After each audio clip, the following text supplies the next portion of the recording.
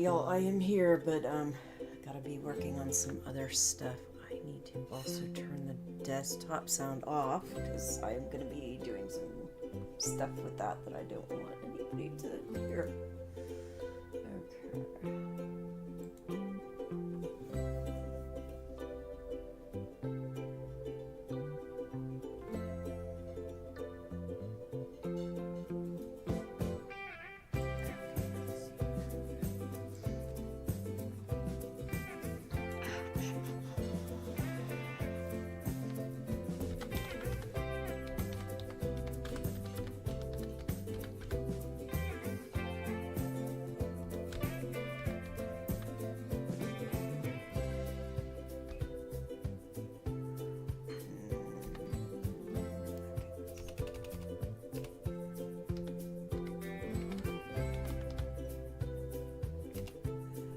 There is a possibility that my husband may be breaking my food into me soon, so just I'll try not to be too impolite, but I may be eating in here.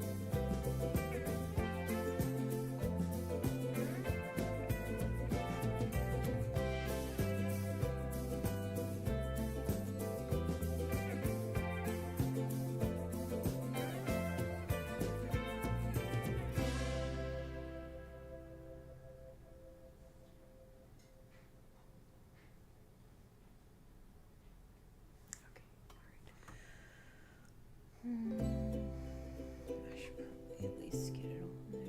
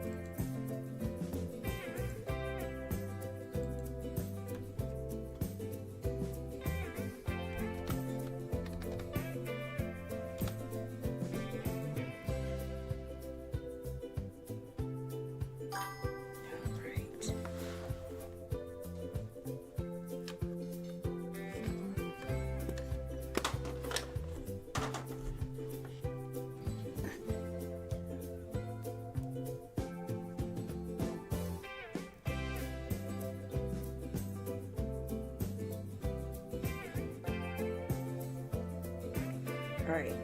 I was trying to put it on backwards. Some of this stuff I would usually try to do ahead of time, but I have been busy trying to clean up around the house. I didn't exactly pull any baseboards off the walls today. I plan on doing that later on tonight, but I've been trying to clean up the mess from after a bunch of them that I pulled off the walls yesterday. It's just been busy. Very, very busy. Alright, we got 30 seconds left. I'm gonna make sure that the sound is set on the earbuds. And let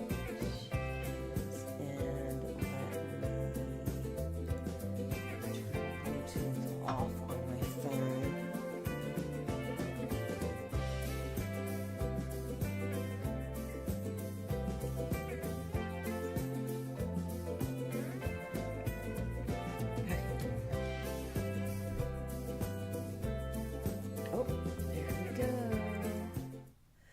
Hello, everyone. It's Venus Brown, and I'm back with another live after watch for Deadlock. This is season two's penultimate episode, episode 5. Um, oh gosh, what was it called? It was like, oh my god. Let me see if I can find the title. Hold on just a sec. Amigos para siempre. So I knew I would get it wrong if I tried to just think of it off the top of my head, but all right. So that's that. Now, just hold on. I am trying to make sure. Oh, I don't know. Oh, here, let me try and. Oh no. Hold on. Oh, no. We don't want that playing. Oh my goodness. Sorry about that. I wouldn't want them to just cut my live stream because it starts playing a song that they copyright protect. What was I doing? Oh, this one. Okay. All right. Okay. I was just trying to set up a clip for us to watch during my little intermission thing that I do. I may possibly have played it before, but I don't think so. We'll see. But anyway, so let's get to gist of the show. There's a lot happened in this penultimate episode. A lot happens all the time in all these episodes. I mean, there's only 6 episodes in the whole season, so it stands to reason that a lot is going to happen, and especially with the type of show that this is. But anyway,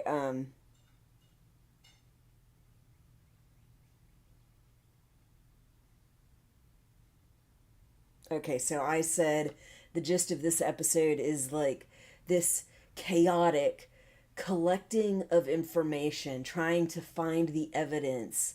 It's very, very chaotic, yet somehow things start to like fall together, piece together towards the very end. So, so they can get a more realistic picture of what's going on. It just takes till the very end. All right. Now, so I'm going to do a little rundown of the show. Then I will play this clip for you for my intermission or whatever you want to call it. I call it an intermission, but it just gives me a chance to play a short clip. If I've already watched it, usually I'll go do something else, get myself some coffee or food or a drink or something like that, or go to the bathroom. But I'm not sure if I've actually watched this clip, so I may very well be watching it with you. I will at least watch the beginning to make sure it's not one that I already have played. My frontal lobe, it has a head injury, and very old head injury, and sometimes it causes me some short-term memory loss, so I'm not 100% sure that I haven't played this before. But anyway, I know it's like something, some of the cast member stuff. But anyway, so we're going to do the rundown of some of the stuff that happened in the episode. I'll do that clip. And then after that clip plays, we're going to go over some of my favorites and least favorites and all of that. So without further ado, let's get started. And we begin the episode, and Dulcie is being questioned by, I think, a couple investigators or something like that, like higher ups. They're trying to figure out what's going on with the situation with Eddie's vehicle, the bullet found in it, Bushy's firearm, and the fact that Bushy likely was murdered. And so they're asking Dulcie all kinds of questions, but they're not asking Eddie anything. Not yet. And, I mean, I was not too happy with a lot of the stuff that was going on with Dulcie, like doing this stuff without saying anything to Eddie, without, like, the whole time almost Dulcie was not letting Eddie know any of this. So just really hiding stuff. Like, I felt like she could have at least told Eddie that she had gone back to the vehicle and turned in the VIN number, and that it turned out to be hers. I think that was the least she could have done. She didn't have to tell everything else, but at least that, I think, would have been important, and maybe would have mitigated some of the problems that do happen in this episode from happening. But that's not how it went. And after she got done with the questioning, they made it sound like they weren't going to be talking to Eddie yet, that they were just trying to piece together a picture of what was going on. But it sounded like Eddie wasn't going to be questioned yet. Later on that day, they're questioning Eddie. So that I found a little bit underhanded. Anyway, then you see this angry exchange between Eddie and her dad. I should say their dad. So I think we've been calling Eddie her all along. And in this episode, Eddie corrected Dulcie. When Dulcie said she, Eddie corrected Dulcie and said she, they. So that's the first time I remember them saying that. But, I mean, I kind of would think of Eddie as somewhat, a little bit in between.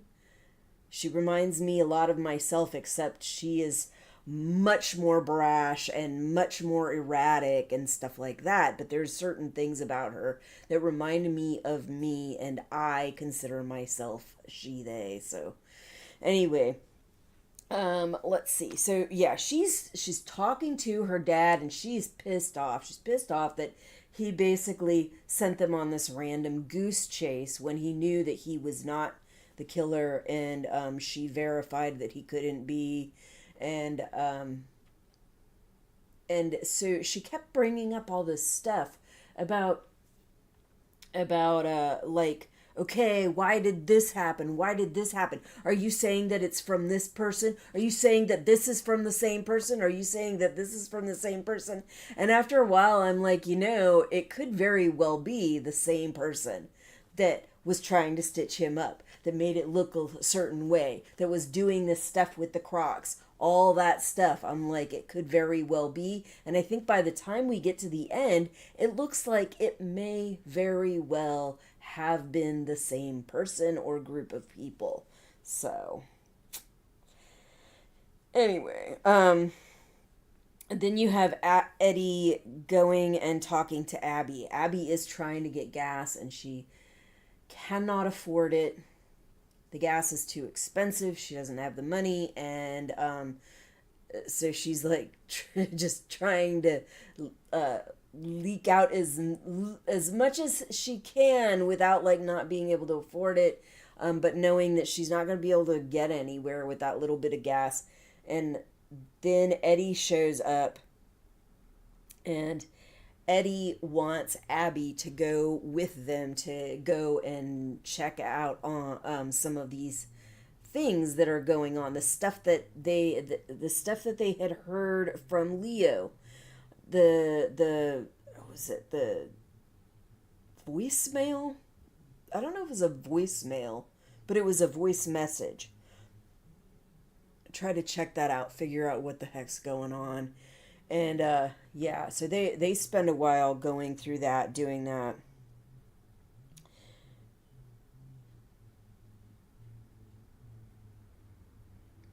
And then you have these back and forth scenes between Eddie, Abby, Leo, and between Dulcie and I think Dulcie and herself. I think it's mostly Dulcie. every once in a while she's got somebody else around her, but she's trying to, they're all trying to figure stuff out. They're all trying to follow these leads that are taking them who knows where to try to figure out what happened. But Eddie is very, very pissed off at, oh no, we haven't gotten to that part yet. So I will come to that. We'll just say that they're not working together. All right. And the one older lady cop, she is doing her retirement party and almost nobody's showing up, which you could see on her face that she's like sad about it, but she's trying to play it off like it's not a big deal. But I think it is like kind of tearing away at her soul a little bit, you know.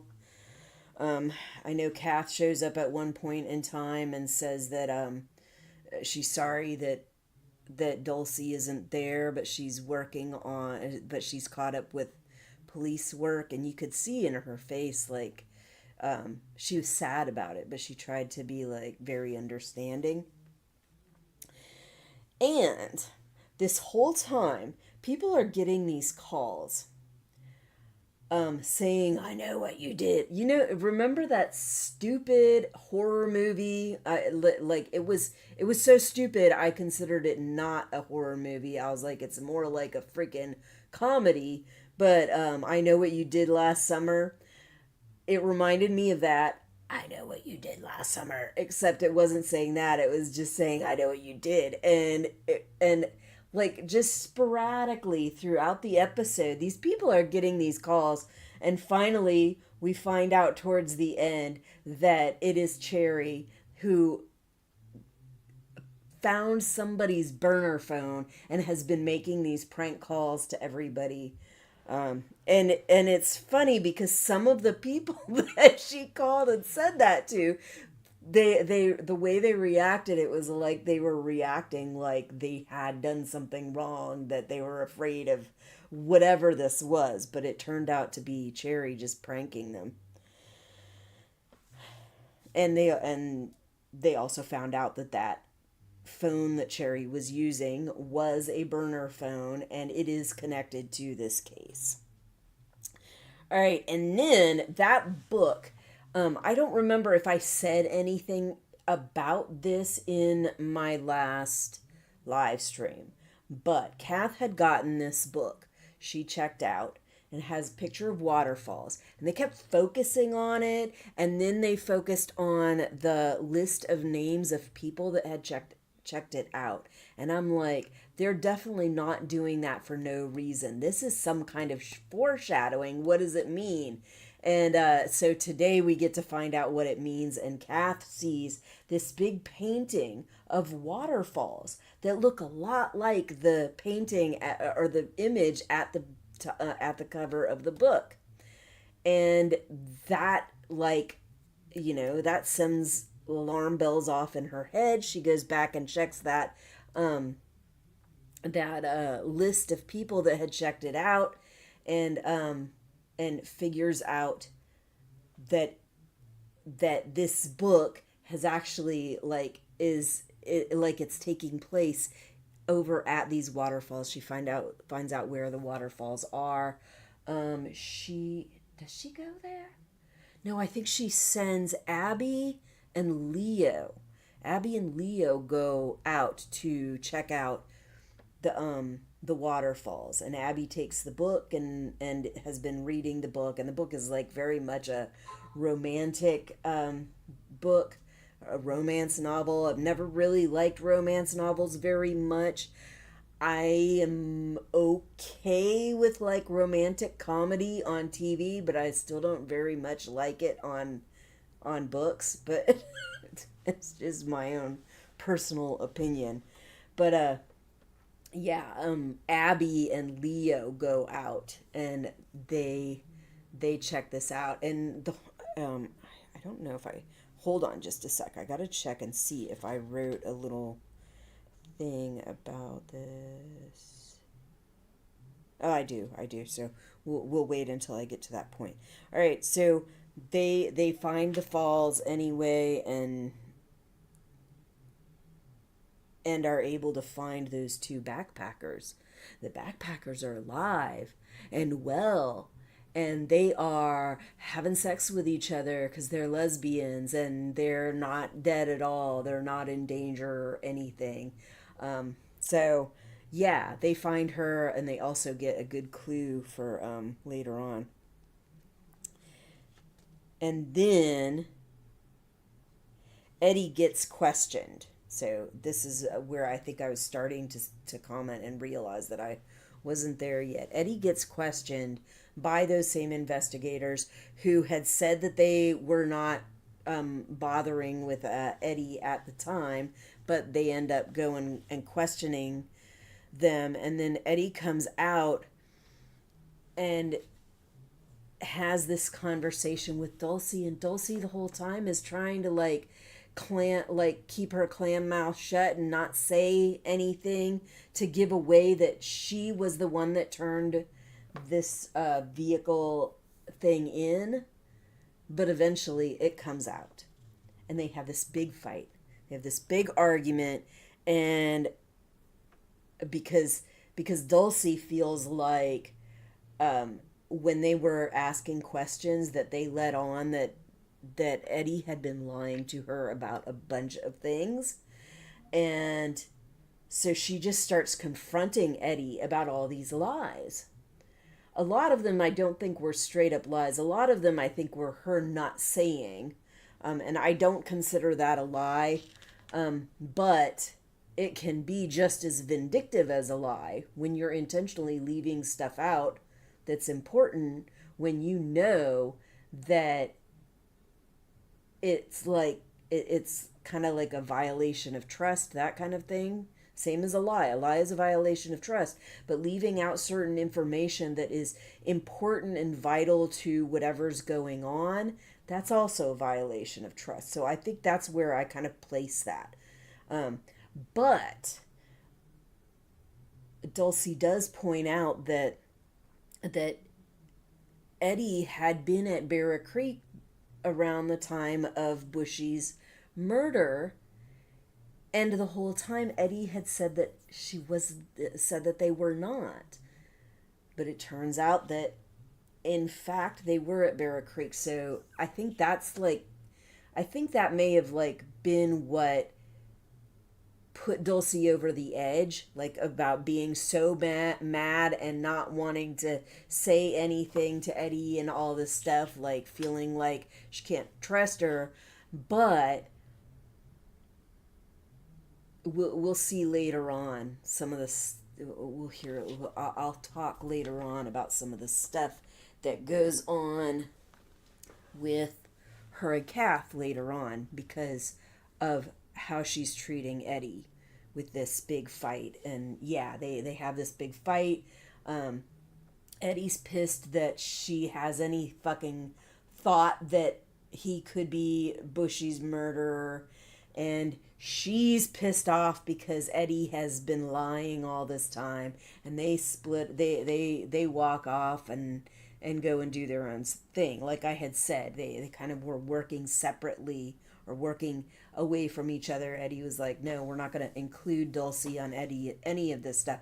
Even when he was working with other people, he made a point to say, no, Dulcie's not involved. And when before they walked away, Eddie said, you're dead to me.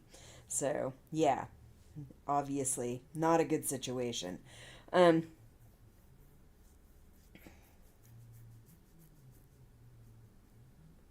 And I think it was the comment when Eddie had commented about the cruiser or whatever, and Eddie, or not Eddie, Dulcie was trying to act like she didn't know what was going on, but she commented about the torched cruiser when nobody had actually said anything about it. So Eddie was like, he didn't say anything at first, but then when he got over to the car, he's like, wait a minute, how did you know that there was a torched cruiser? That was what keyed her in on something's up, and then that put Dulcie into a situation where she felt like eventually like she's gonna just have to tell her, which I thought she should have just fucking told her up front from the beginning.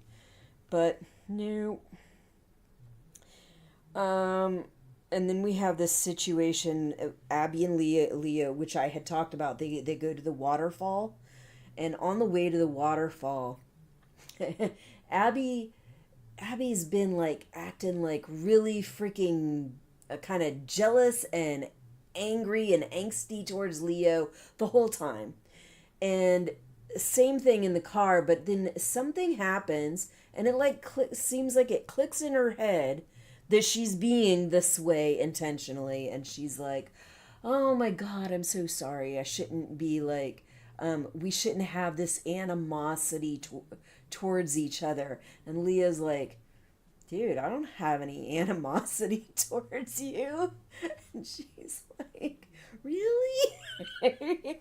No, there's no animosity towards you. But then Leo's like, "Look, can I speak honestly?" And Leo um, talks about the situation, what she's observing from Abby, and what she's observing between this weird dynamic with the Mams and Abby, and says that that could do with a reset too, like something seems wrong, but also that it seems like Abby is burnt out. That maybe she should just like do a complete reset, just quit what she's doing, and I don't know what. And I'm like, no, no, no, no, no. Like, I definitely think she's burnt out, but I don't want her to just walk away from forensics because she does seem to get joy out of it. It's just that she needs to get herself into a better situation because right now it's not great. And I think the dynamics between her and the other two detectives, it's not great because they're just taking advantage of her. Um, but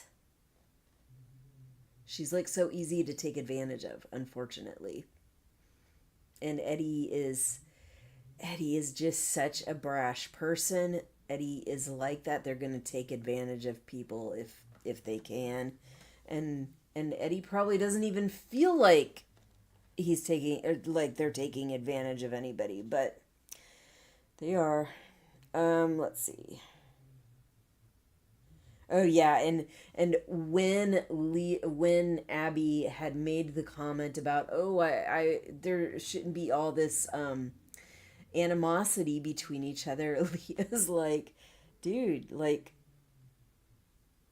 I'm fine with you. I'm okay with you. I think you're creating your own negative energy." And that's how I felt like the whole time. Like Abby's just seeing this animosity because she's built it up in herself. She's created it.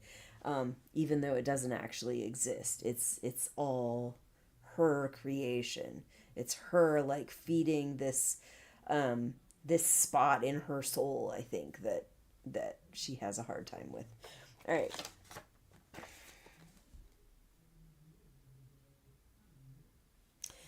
And after Eddie gets in this fight with Dulcie, they take off, they go on their own separate ways, and at first Eddie is by themselves, walking around out in the heat in the middle of who knows where, which I think he was earlier in the episode also.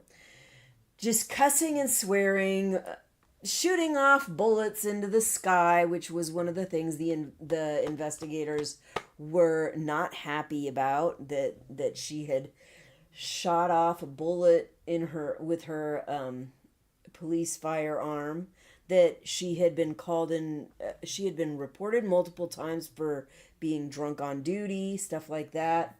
And Dulcie at least tried to like defend the whole drunk on duty, and she's like, "No, no, the thing that she's drinking that looks like might be whiskey or something like that is actually cola. um I know because she spilt it on me." But they also said that she had come in blackout drunk to work several times when she was in Darwin, so not good. um But as she is walking out in the middle of nowhere, out in the heat, she damn near gets run down, and that's when Mickey sees her and comes to the rescue.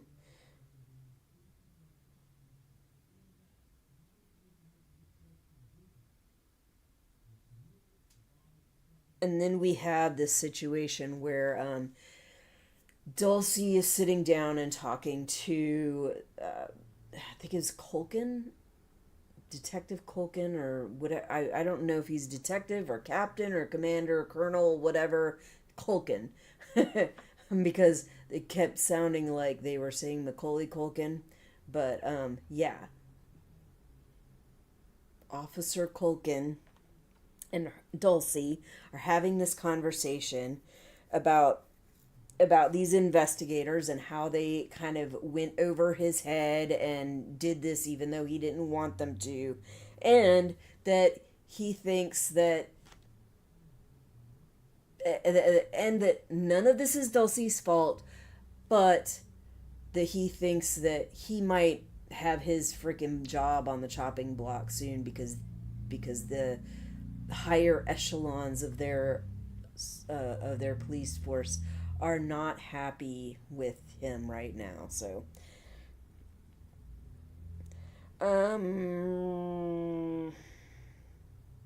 okay. After that, Dulcie goes looking for this box of stuff, this box of bushy stuff that Eddie has been kind of keeping in his stuff. Because during that talk that she had with Culkin, they said that there was some lady's name that was found in Bushy's box of stuff. So she goes looking for that. Then Kath comes and talks to Dulcie, finds out through talking to Dulcie that Dulcie has turned in Eddie, and she's like, Eddie's our friend, like we don't do this to our friends, and confronts her, lets her know like what you're doing is wrong. But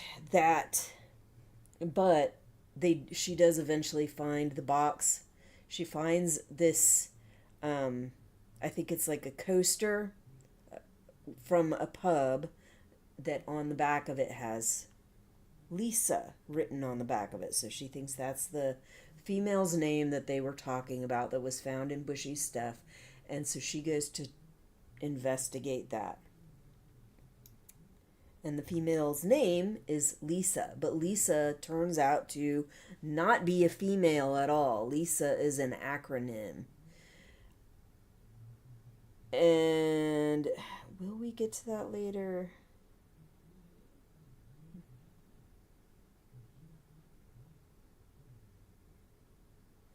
Well, we'll talk about it a little bit later. So I'm not going to say anything more about Lisa, but not right now.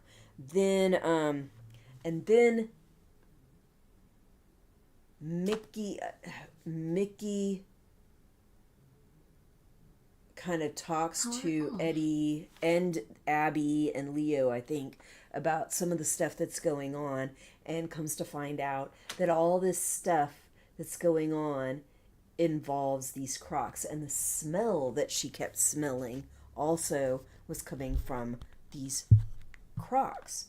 And when she goes to show Eddie some of these crocs that she's been storing with her Croc Justice thing, one of them has holes in its scoots that turns out to be from this thing that somebody had put on, like some kind of tracker that they had put on these Crocs, and that these Crocs are not recognizable to Mickey because they're not from there. They seem to be from some kind of Croc farm.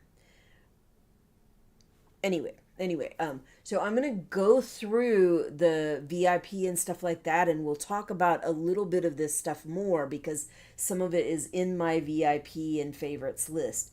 So, but for right now, I'm going to go ahead and show this clip. Let's go to here. Okay, and I need to make sure the desktop is on. And hopefully, if it doesn't play, I'll stop it and try to make sure that that the sound is set up correctly.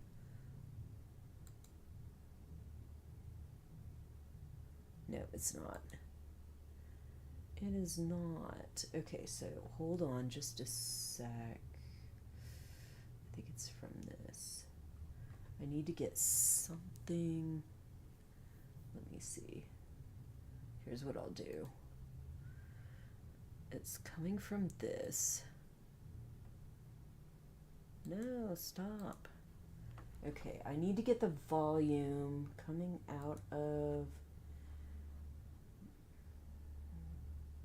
that. It says it's on Soundcore. Why is it not working? Hold on, let me try another video. There we go. Okay. All right. It's this one. Okay, now we should be able to do this. Sorry about that. Oh, wait a minute. Parts of the camera team were loving that. Nina's asking if she's dick bumming correctly. The answer is yes.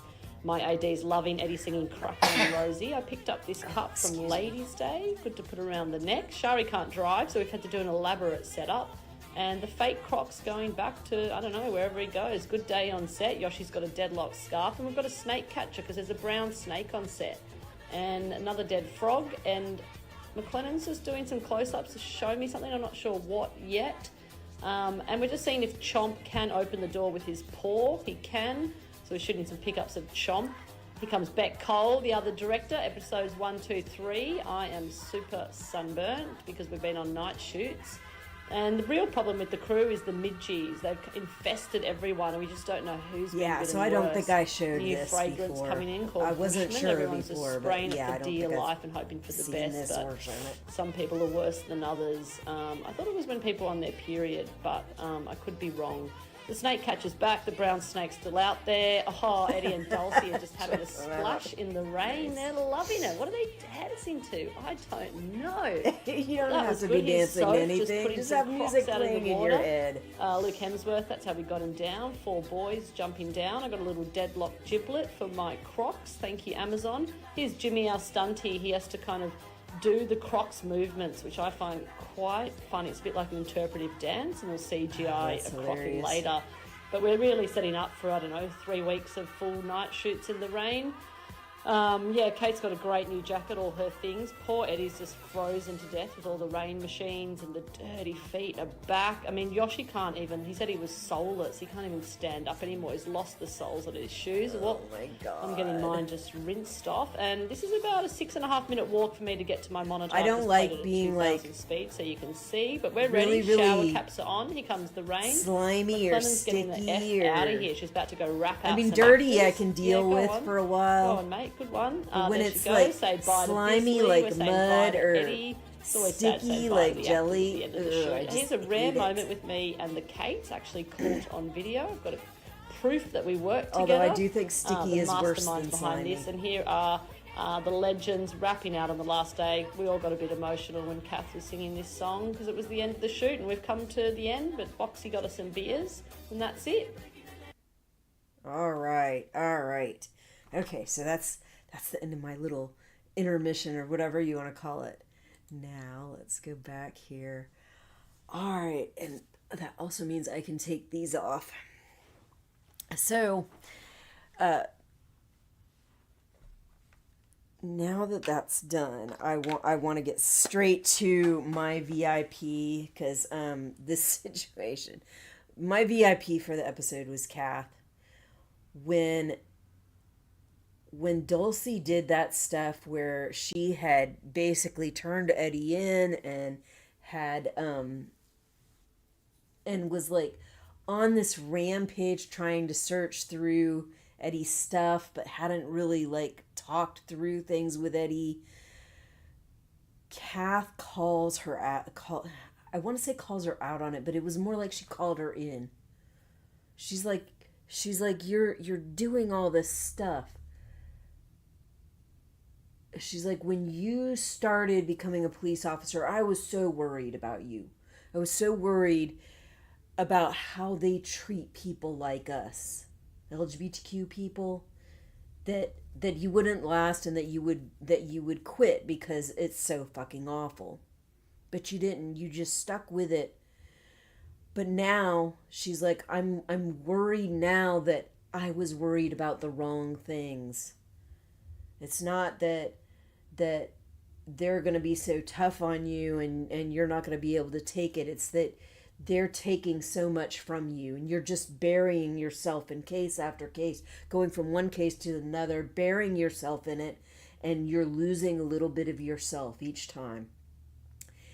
And I'm telling you, like, listening to how Kath talked to her, stuff that she said, like, you could tell she really reached Dulcie, and you could see Dulcie tearing up, and I'm telling you, she also made me cry just listening, and you can hear, like, in my voice, I'm, like, a little bit choked up about it, but yeah, she really, like, reached Dulcie and got her to, like, I think, wake up a little bit.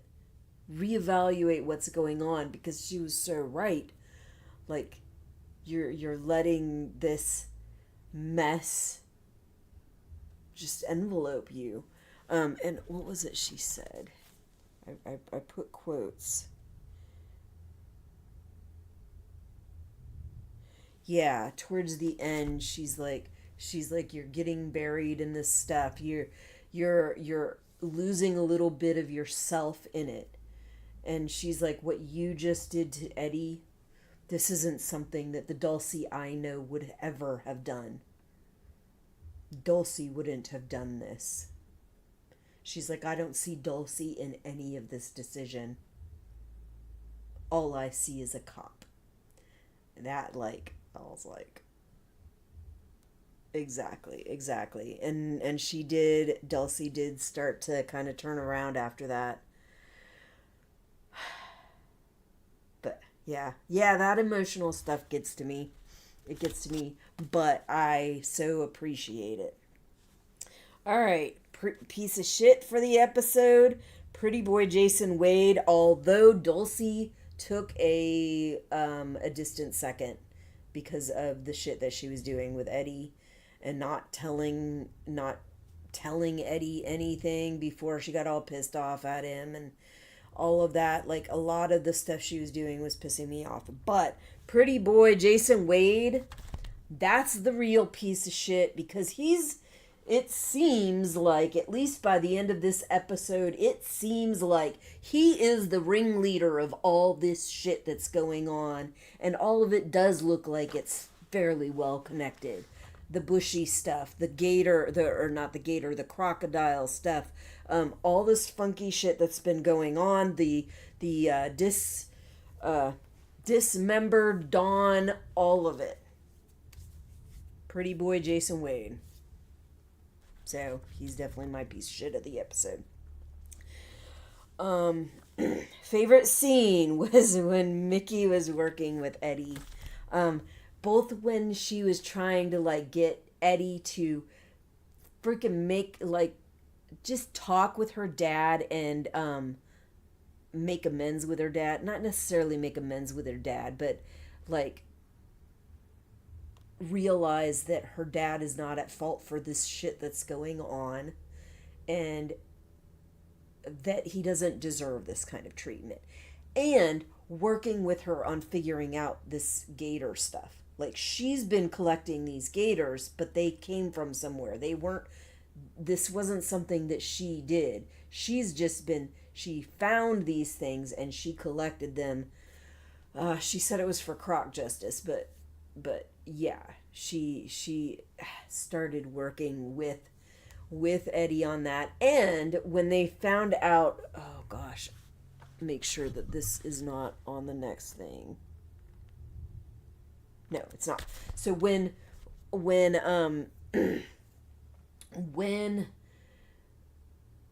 Leo and Abby find out that that the two Swedish backpackers are not dead, and they've had a chance to talk to them, and they've had a chance to listen to that that voice message in a way that they could actually tell what was being said. They keep saying the boat motor, and I kept thinking it sounded like the chainsaw. But either way, they were able to listen to it on this big speaker that actually kind of cleared up some of what was being said, which was those skinny little girls or something like that, which they thought sounded like they were talking about the backpackers, but the backpackers are alive, so it wasn't the backpackers that they were talking about. And then they were able to piece together, I think between Abby, Leo, and